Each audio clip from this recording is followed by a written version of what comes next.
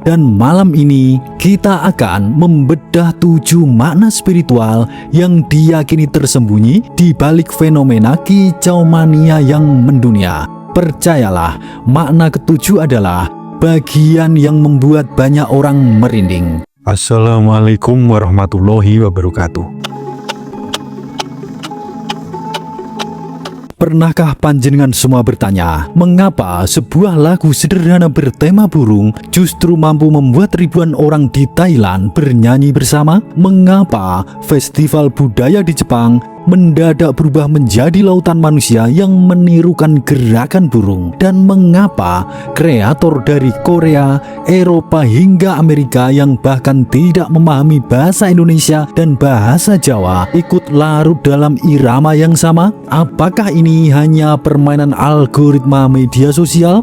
Atau sesuatu yang jauh lebih tua daripada internet, sesuatu yang sejak ribuan tahun lalu telah dipahami oleh leluhur Nusantara? Karena dalam pandangan spiritual Jawa, tidak ada peristiwa besar yang benar-benar terjadi secara kebetulan. Dan malam ini kita akan membedah 7 makna spiritual yang diyakini tersembunyi di balik fenomena kicau mania yang mendunia. Percayalah, makna ketujuh adalah bagian yang membuat banyak orang merinding. Yang pertama, getaran memayu hayuning bawono. Sebelum internet mengenal istilah viral, leluhur Jawa telah mengenal konsep memayu hayuning bawono, yaitu menjaga dan memperindah harmoni alam dan semesta. Dalam pandangan ini, burung bukan sekedar hewan, kicauannya dianggap sebagai musik pertama yang diciptakan alam.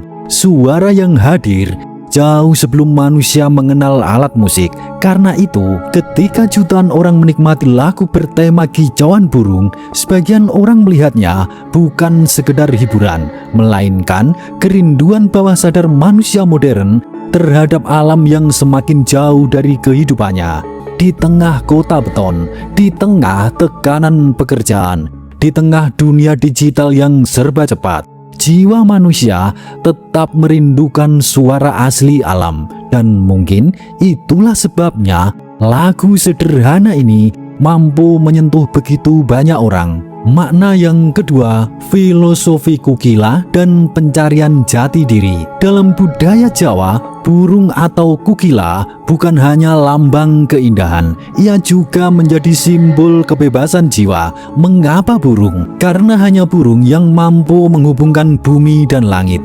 Ia terbang tinggi namun tetap kembali ke sarangnya. Ketika jutaan orang menirukan gerakan burung, sebagian budayawan melihatnya sebagai simbol pencarian identitas manusia modern. Kita hidup semakin terhubung, tetapi sering merasa semakin sepi. Semakin banyak teman digital, namun semakin sedikit ruang untuk mengenal diri sendiri.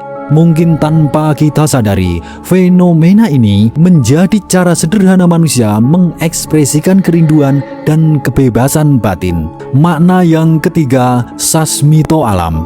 Dalam tradisi Jawa dikenal istilah sasmito alam, yaitu keyakinan bahwa alam memiliki cara untuk memberikan isyarat kepada manusia, bukan melalui kata-kata, melainkan melalui berbagai simbol. Melalui suara, melalui peristiwa dan perubahan yang terjadi secara bersamaan. Ketika lagu yang membawa nuansa alam justru diterima oleh masyarakat dari berbagai negara, sebagian orang memaknai sebagai simbol bahwa manusia sedang mencari keseimbangan baru.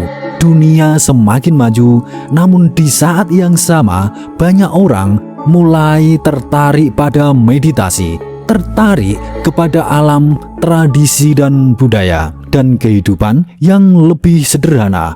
Apakah semua ini saling berkaitan? Namun pertanyaannya tetap menarik untuk direnungkan. Makna yang keempat, ketika musik menyatukan manusia.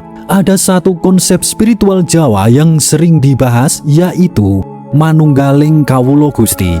Konsep ini berbicara mengenai penyatuan manusia dengan sumber kehidupan melalui kesadaran yang lebih dalam. Tentu, fenomena konser atau tarian massal tidak bisa langsung disamakan dengan konsep spiritual itu. Namun banyak tradisi di dunia memang menggunakan musik sebagai media untuk membangun rasa kebersamaan. Saat ribuan orang bernyanyi dalam irama yang sama, perbedaan bahasa, negara, dan latar belakang seolah menghilang sesaat. Yang tersisa hanyalah pengalaman bersama. Dan inilah alasan mengapa musik selalu menyatukan manusia. Makna yang kelima, sebuah suluk modern. Dalam tradisi Jawa terdapat suluk, yaitu tembang yang digunakan sebagai pengantar perenungan. Nada yang diulang-ulang dipercaya membantu seseorang menjadi lebih tenang dan fokus. Fenomena lagu yang terus diputar di berbagai platform digital mengingatkan sebagian orang pada fungsi tersebut. Irama yang sederhana, mudah diingat, dan terus berulang bukan berarti memiliki kekuatan gaib. Namun secara psikologis, musik yang repetitif memang dapat membuat seseorang merasa lebih rileks atau mudah larut dalam suasana. Dan disinilah letak daya magis dari kicau mania. Tetapi ada satu pertanyaan yang jauh lebih menarik. Mengapa lagu ini justru menyebar begitu cepat hingga melintasi benua? Jawabannya mungkin berada pada filosofi Jawa berikut ini. Yang keenam, sebuah fenomena Ngrogo Sukmo di era digital. Dalam kisah-kisah spiritual Jawa dikenal istilah Ngrogo Sukmo, sebuah gambaran perjalanan kesadaran yang melampaui batas ruang. Hari ini, internet membuat manusia bisa saling terhubung hanya dalam hitungan detik.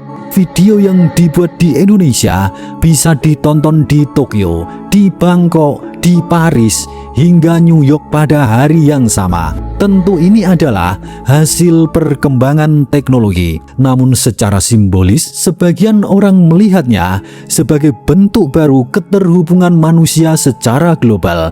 Batas geografis semakin tipis dan budaya lokal kini mampu berbicara kepada dunia. Makna yang ketujuh, apakah dunia sedang melihat Timur dan Indonesia?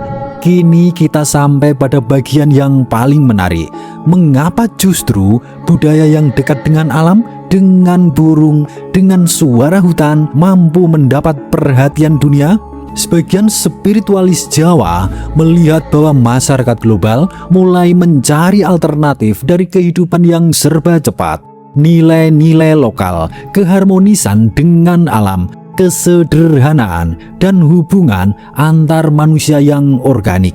Semua itu perlahan kembali menjadi tempat. Jika demikian, fenomena kicomania bukan hanya tentang musik, melainkan pengingat bahwa budaya Nusantara masih memiliki pesan universal yang dapat diterima oleh banyak orang. Bukan karena lebih hebat, tetapi karena berbicara tentang sesuatu yang dimiliki semua manusia, kerinduan akan harmoni. Pada akhirnya, kita boleh memiliki penafsiran yang berbeda. Sebagian menganggap kicomania hanyalah lagu yang menyenangkan, sebagian lainnya melihatnya sebagai simbol budaya, dan ada pula yang memaknainya sebagai pengingat spiritual untuk kembali lebih dekat dengan alam.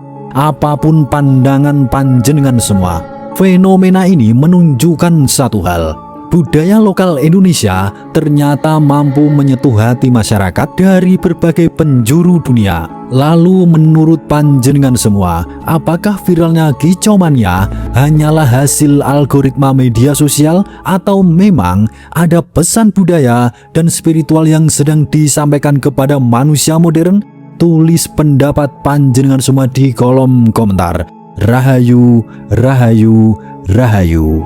Suradira Jaya ningrat lebur dening pangastuti. Wassalamualaikum warahmatullahi wabarakatuh.